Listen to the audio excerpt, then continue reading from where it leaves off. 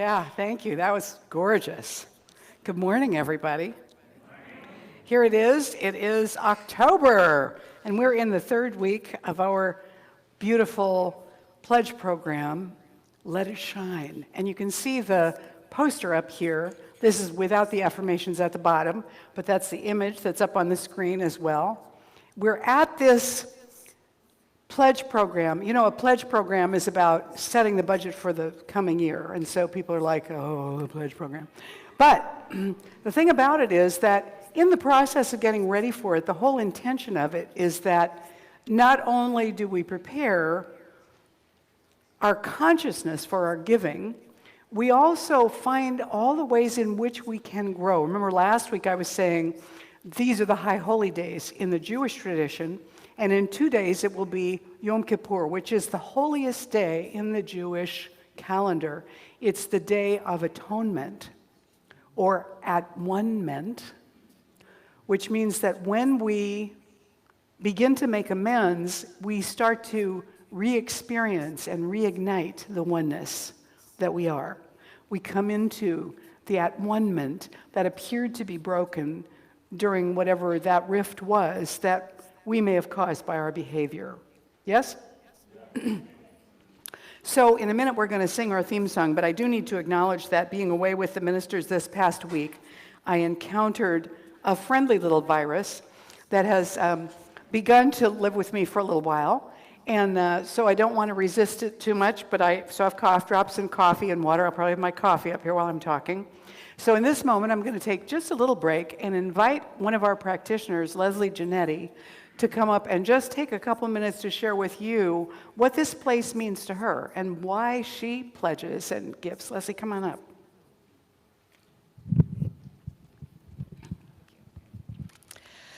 Well, I walked in the doors here exactly 9 years ago this month.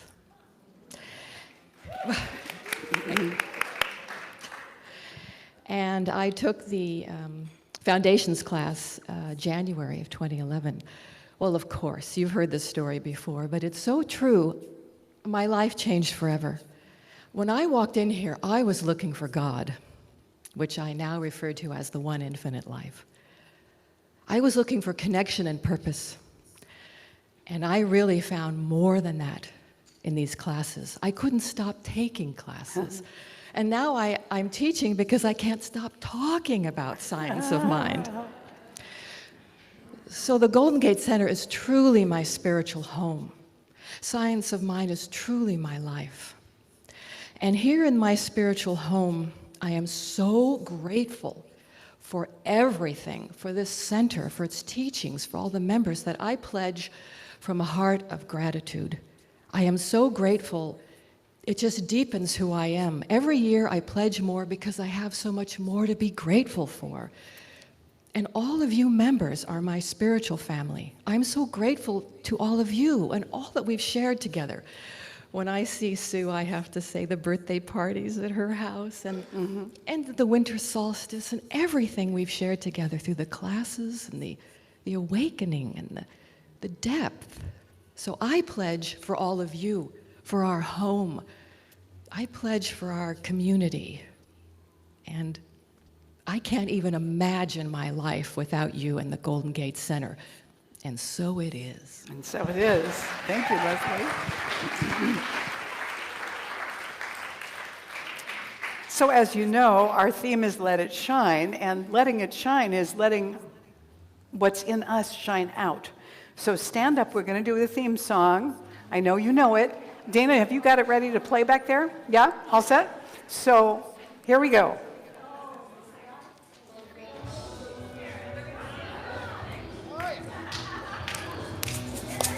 You want to come up? Karen, come on up and sing along. First on the dance floor, the first to raise my hand, the first to state my opinion, the first to take my hand. I'm playing it safe and wait for the sun. I'm gonna throw myself out there and let my light shine. Let it shine, let it shine. I let my big, bright, brilliant beam of radiant light shine. And I'll Be on Oprah and Conan, 60 Minutes and The View. They'll all be Talking about me and all the things I do. I'll be the one who sets the bar. The one who's in the know. But will come to me to see where fashion trends will go. 'Cause I shine, yes I shine.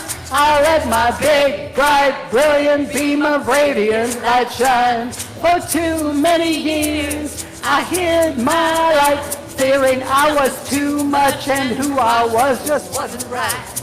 Then I heard this voice from within and up above, saying, you're here to be a shining light and give and receive love. So I'm going for my dreams. Nothing's in my way. Carpe diem is my mantra. I can't believe you're all singing these words. This is I take cracking me time up. to connect.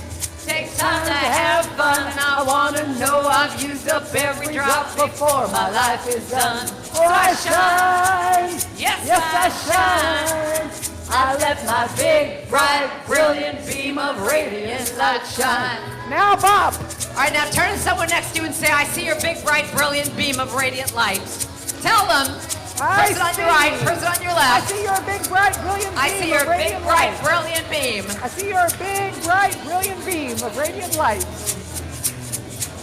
For too many years, I hid my light, thinking I had too much and who I was just wasn't right. Then I heard this voice from within and up above saying, you're here to be a shining light and give and receive love. All right, this is my favorite line right here. I am a woman of power, a woman of grace. The life that I've lived is in every wrinkle on my face. I love myself so I can love you too. And I know when we're connected, there ain't nothing we can't do. So let's shine. Let's go shine. Here you go. I let my big, bright, brilliant beam of radiant light shine. I see you shine. Look, you shine. I see your big, bright, brilliant beam of radiant light shine. Oh, shine. Yeah. Oh, I shine. I let my big, bright, brilliant beam of radiant light shine. This goes on for about 10 more hours. Let's all shine. Here we go. Let's let our big, bright, brilliant beam of radiant light shine. Yeehaw. You guys are amazing that you can sing that whole Let's song. have a hand for Karen Drucker, who wrote that song. Woo, Karen! Yay. Oh, yes. Oh, yes. We do. We let it shine. So good. So good. All right. So today the theme is love shines through me. And sometimes it doesn't. So this story is about what happens when it doesn't. A 16-year-old guy came home with a brand new Chevrolet Avalanche, and his astonished parents began to question him about the truck immediately. Where did you get that truck? He answered casually, I bought it today. With what money? Demanded his parents. They knew what a Chevy Avalanche cost. Well, said the boy, this one only cost me $15. Now his parents began to get really concerned. Who would sell a truck like that for $15? They asked him. It was a lady up the street, their son told them. Honest, I don't know her name. They just moved in. She saw me riding by on my bike and asked me if I wanted to buy a Chevy Avalanche for $15. Good heavens, cried his mother. She must be one of those cougar-type women who seduce teenage boys. Who knows what she'll do next? John, you go right up there and find out what's going on. So, boy's father walked up the street to the house where the lady lived, and he found her in the front yard, calmly planting geraniums. He introduced himself as the father of the boy to whom she just sold this Chevy Avalanche for $15 and wanted to know if she had, and if so, why she did it. Yes, I did, she said, and I'd do it again. You see, my husband is away on a business trip. At least, I thought he was, until his coworker told me yesterday that he'd actually quit his job, run off to Hawaii with his mistress, and didn't intend to come back. This morning, I got a phone call from my husband. He claimed he was stranded and needed cash. He asked me to sell his new Chevy Avalanche and send him all the money as quickly as I could. So I did. That's when the light definitely has gone off in the love. If we're going to let love shine through us, I want to talk a little bit about what our purpose is, what we're here for. So one of Karen Drucker's songs actually is, "If love is why we're here, let me be an open channel." An open channel. You know, not one with a trapdoor, not one with a padlock, but an open channel. And when I was in college, there was a folk song. I was Catholic. We used to go to folk masses. And there was a song called "They'll Know We Are Christians by Our Love." And it's not about, what we tell people. It's about how we are and who we are with them that lets the love show up. The love that we have for each other, the love that we have for the world, for the earth. It's in us. It's really in there. And we can get lost. We can get lost in our electronics, so we don't actually see who we're talking to, except maybe on the screen. We miss the life that's around us and how nourishing it is for us. But truly, like this beautiful woman kissing the earth, when we are awake and aware and in integrity with ourselves, remember I said that meant being undiluted, being whole and pure.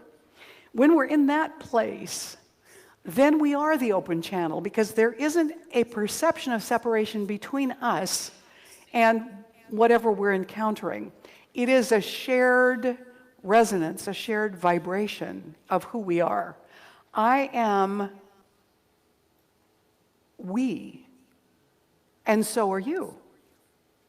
And so what I mean when I use the word love today, I might have other contexts for it in other talks, but what I mean when I say the word love today has to do with the way that we see and how we respond to what we see. So I'm not using it as a noun. It's not a thing, love, that's out there. There it is, love. And I'm not expressing it as an emotion either. Although we can have feelings surrounding that, that feeling can come and go, right? Hello? Yes. It wasn't a rhetorical question. I was actually asking. So it's not just an emotion, although we can experience it that way. What I'm talking about is actually a behavior, a way of being, an action that includes recognizing the spiritual gift in each other, listening to it, responding to it, and including it. And sometimes that's really challenging. Sometimes there are people that we don't feel comfortable with or we don't like. Amanda was watching a movie last night that was in the background while I was working on the talk, and one of the characters was somebody that I thought, I wouldn't want to be around that person. I really don't trust that person at all. Just, from the movie. Like, I would avoid that person if I was in this town living in this life. And yet, the movie revealed gifts that this guy had and tenderness and compassion that he had that wasn't immediately obvious at the beginning. You ever meet anybody like that? Yeah. Where you discover, thank you, where you discover there may be something more there than what you thought. Mayor Baba said, "True love is unconquerable and irresistible. It goes on, gathering force until it transforms everyone it touches." Now that's got to be bigger than an emotion or a noun. That's something that can be felt in the waves. Meister Eckhart said, "Fire transforms everything into its own nature. The wood does not change the fire into itself, but the fire changes the wood into itself." In the same way, we are transformed into God so that we may know God as He is. Acting and becoming are one.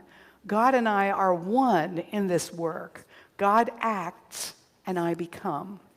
And finally, our founder, Ernest Holmes, said in A New Design for Living, it would seem to be a fundamental fact that love is the basic reality of life. This would in turn give rise to a firm conviction that God is love. God, creative intelligence, depends on his creation for expression, the expression depending on God for its existence.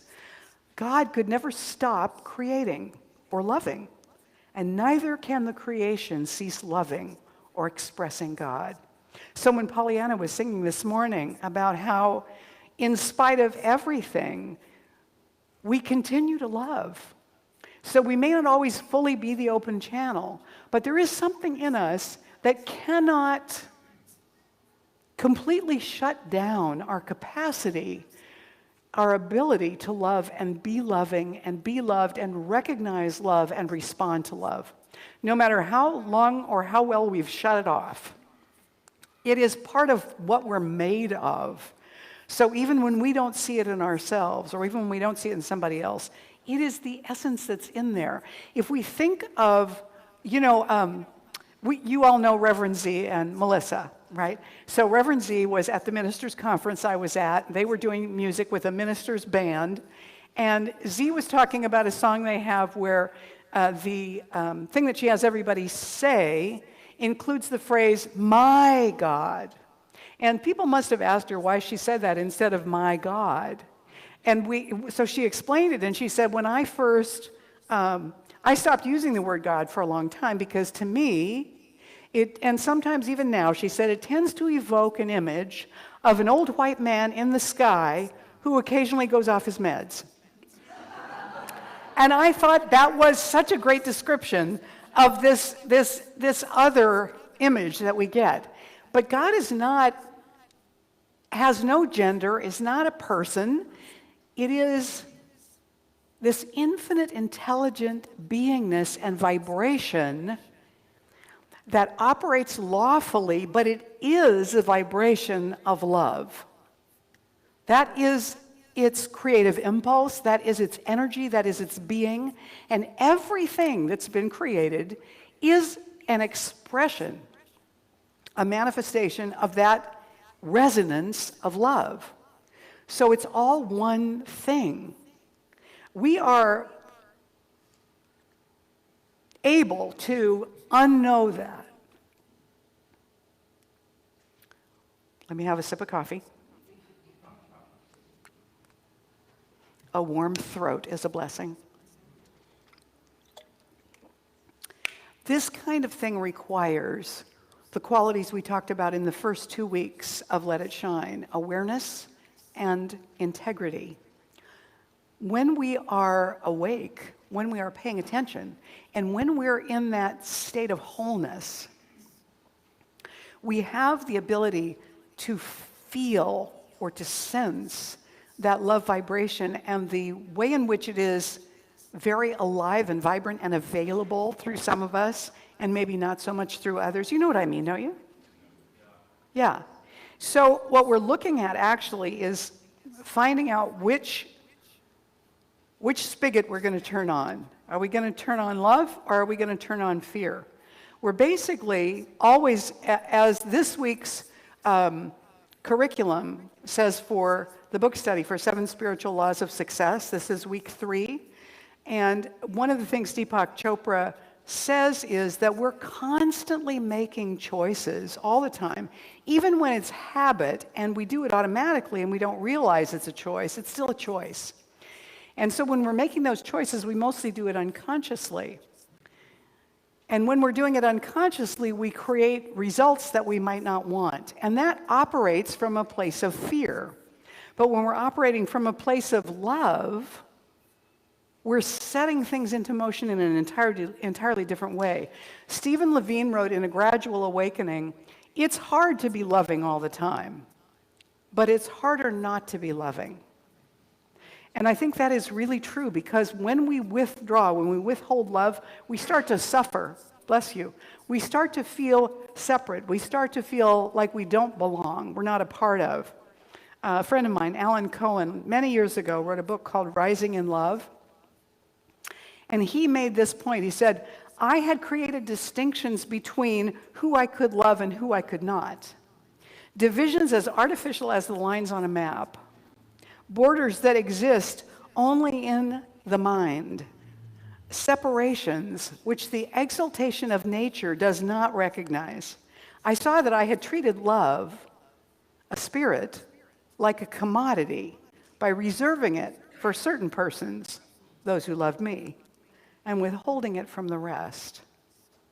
And then later on, he makes the statement, all human interactions are expressions of the statement, I want to feel love. Now that really strikes me because I think it's so true that every interaction that we have, there is some measure of wanting to feel love or evoke love or enter into love. Even when we're just standing in an elevator with a bunch of people we don't know, we want to feel comfortable and not intimidated or worried or concerned, yes? So we're naturally loving when we feel safe. Oops. Didn't I do that? Oh, I didn't do that. Oh, isn't that interesting? Okay, never mind. Come on, you can do it. I had this great picture that I guess I didn't put up here. So we'll have this for now. It's a picture of two spigots. One of them is labeled love, and the other one is labeled fear. And most of us, I think, like when you run the bath and you turn on hot water and cold, most of us have a mix coming into the well that we're drawing from. And the trick is, in spiritual practice, to begin to turn the fear spigot down and turn the love spigot up, to make it a temperature in our hearts, in our lives, that matches us, that feels true and authentic. So we're naturally loving when we feel safe, when we feel accepted. And so because our fear sometimes projects danger where there isn't any, we need to be able to cultivate, or at least I do for sure, need to be able to cultivate an inner sense of safety and acceptance that would see me through circumstances in which otherwise I might have been afraid, or I might not have engaged, or I might have withdrawn or pulled away. And instead, to step toward something, to take one step toward it and come from authenticity instead of defensiveness. That's cultivating that inner experience. You know, Wayne Dyer told a story once that I found so interesting, and it really caught me. It was one of those PBS things that was being broadcast of him talking to an audience, and he said, when you squeeze an orange, what comes out of it? Orange juice, right? Why? Because it's an orange. Why does it come out when you squeeze it? Because that's what's in there. What else are you going to get when you squeeze an orange? You know, the juice and the pulp, that's it. That's what's in there. So he said, given that, when somebody squeezes you and hate and defensiveness and anger come out, is that because of who squeezed you? Or what time of day it was? Or whether or not you'd had your morning coffee? Or is it because that's what's in there? So he was really drawing our attention to what are we cultivating as our inner experience, and what are we taking accountability for in terms of how we respond. When we're conscious in our choices, we really begin to see that we do have a choice about how we respond to a question, to anything really, to a compliment, to a gift, to a criticism. So I know that you all have your little affirmation card this morning and your commitment card, right? You got two little cards when you came in, one that says love on top of it, and then it has an affirmation, and one that says, I let love shine through me, with a place for your name and the date. Everybody know what I'm talking about? Now, if you don't have one, raise your hand, and Cindy Lou will bring them to you. So she'll give you one of each. So Carr needs two, Deborah needs two, Mahalia needs two, Lynn needs two, and Pollyanna needs two. And does anybody need a pen? Okay, so what I'm going to invite you to do, if you're willing to let love shine through you this weekend, to be attentive to that. Don't put your hands down because she won't find you after that. If you're willing to do that this week, then I encourage you to sign or print your name on here legibly, because you'll see from the list that came with your program, if we can't read your name, it's not going to show up that you made your commitment. And then the date is 10/6/19. You know, you're going to hang on to this and put it in the offering basket with your offering. So once you sign it, just hang on to it. And then the affirmation, which we're going to do together in just a minute. So keep the little affirmation card. That will go home, and it will go on your poster. So if you have not been here and you didn't get a poster, they look like this. They are available back at the membership table right back there in the corner. And you can get the previous weeks if you've missed them. Week 1 was awareness. Week 2 was integrity. And week 3, that's today, was love. So you take your little affirmation home, you stick some sticky tape on the back of it, and you put it right over the top of the color for that week so that you can have that somewhere in your home, on your refrigerator, on your bulletin board in your office, and it will remind you of the affirmation for this week. Does everybody follow all this? Okay. Does everybody have it all now? You've got the affirmation, you've got the commitment card. So I'm going to ask you to do something kind of different right now. So after you sign this little commitment card, which I don't know what I did with mine just now, but anyway, when you sign your little commitment card and put the date on it, I want you to turn it over and close your eyes for just a minute. And I want you to think about the question, what should love look like at GGCSL? What is love here in this place? And I want you to just feel it first inside yourself for a moment. What does love feel like here?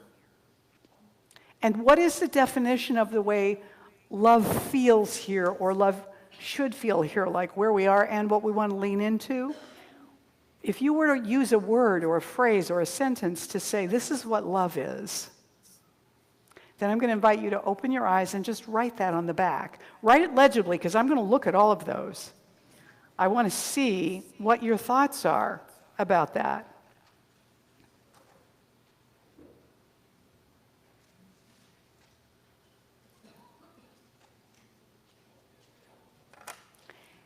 And I want to ask you one more question that might relate to what you're writing there, which is, what would love look like in a world that worked for everyone? What would love look like? So that might inform what you're writing about love or not. That's okay either way.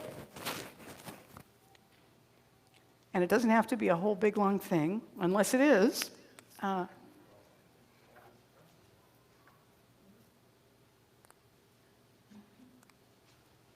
What would love look like in a world that worked for everyone? And what is love? What is that love that we strive to be in this community and that we claim as Centers for Spiritual Living to be our goal, to create a world that works for everyone?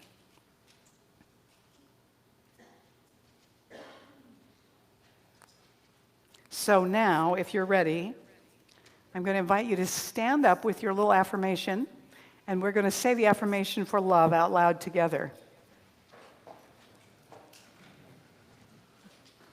All right? Love shines through me as compassion in all I say, do, and believe. Yes, let's do it one more time.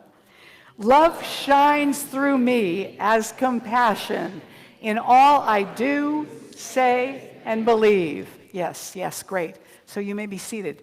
And so this week we've aimed this affirmation toward compassion, right? And that may be a practical way of expressing it this week with that. I want to share a cute little story with you. I've had this story for a long time. So we all express our feelings of love in different ways. So at a dance at the officers' club, a naval officer was very attracted to a brooch that a young woman was wearing. He didn't know her, and it depicted a cluster of Navy signal flags. And he didn't quite recognize it, and so when he asked, the woman explained that the brooch was a gift from her new husband, and it meant, "I love you." Well, the officer didn't reply, but he knew very well there were no Navy signal flag arrangements that said, "I love you." So when he got back to his quarters, he looked at his copy of the Navy signal manual to find out what that configuration of flags actually meant. And what they actually signed was, "Permission granted to lay alongside." Permission granted to lay alongside. That was the expression of love that was being given there.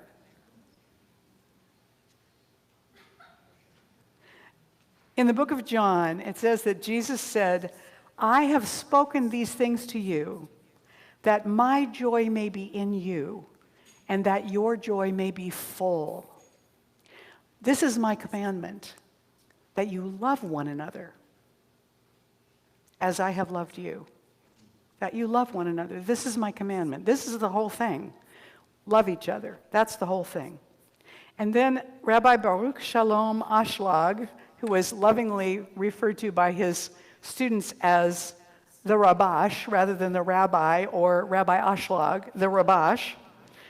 He was the eldest son and successor of Baal HaSulam, who was reputed to be the greatest Kabbalah teacher of the 20th century. And this comes from the end of the Rabash's letter, Love of Friends, which was written to his Kabbalah students. I'm going to close with this. He says, "And once I have acquired the clothing of love, sparks of love promptly begin to shine within me. The heart begins to long to unite with my friends. And it seems to me that my eyes see my friends, my ears hear their voices, my mouth speaks to them, the hands embrace, the feet dance in a circle in love and joy together with them." And I have a feeling that when he said this, he wasn't meaning only friends, but friends, all, everywhere he looked. As we used to say in Encourse, everywhere I look, I see the face of God. Say that with me once. Everywhere I look, I see the face of God. Now, in closing, I'm going to ask you to turn to someone near you and share what you've written about love with them. So just take a moment to do that with each other. What is love to you? Tell the person next to you what that is.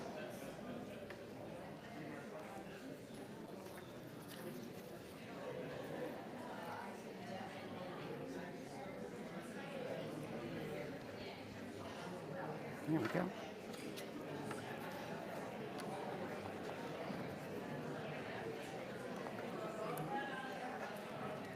All right, that's great. Thank your partner for their bravery in sharing with you.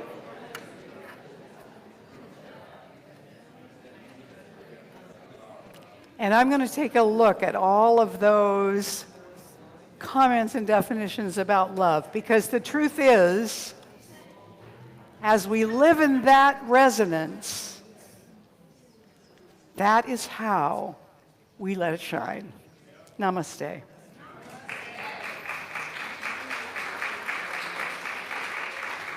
So let's take just a moment to circle around and come into our hearts. Come into our hearts. This is where the place where that definition of love vibrates. See if you can feel your heartbeat. This expression that works for you 24/7 from the time you're conceived pretty much until you leave this physical form. This is an expression of life and love flowing through you. It's always happening.